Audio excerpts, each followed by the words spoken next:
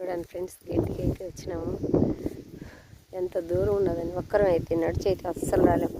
బండిలో వచ్చినాం. ఇదంతా పీక్కోవాలి ఇప్పుడు. అంత పార్క్ ఉండదు ఏరు, ఇదంతా పీక్కపోయి వేసుకోవాలి. నడిచి అయితే రాలేము. మా చారల్లో లేదు ఫ్రెండ్స్ గడ్డి. తినారపల్లి చారల్లోకి వచ్చినాం. చూడండి నిమ్మ చెట్లు ఎలా ఉన్నాయి చూడండి, బాగుంది నిమ్మ తోట.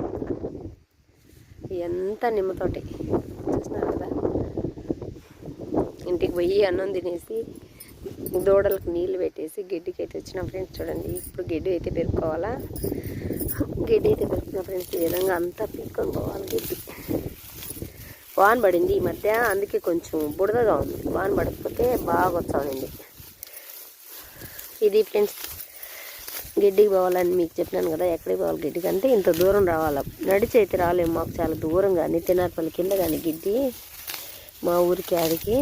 మా ఆయన బండిలో వచ్చినాం ఇద్దరం. లేకపోతే ఒక్కరమైనా కూడా రాలేము, భయం. ఇక్కడ మన సేలు కాదు కాబట్టి. ఓకేనా, బాయ్. మరి గడ్డి పెరుకున్న తర్వాత మళ్ళీ చూపిస్తాను.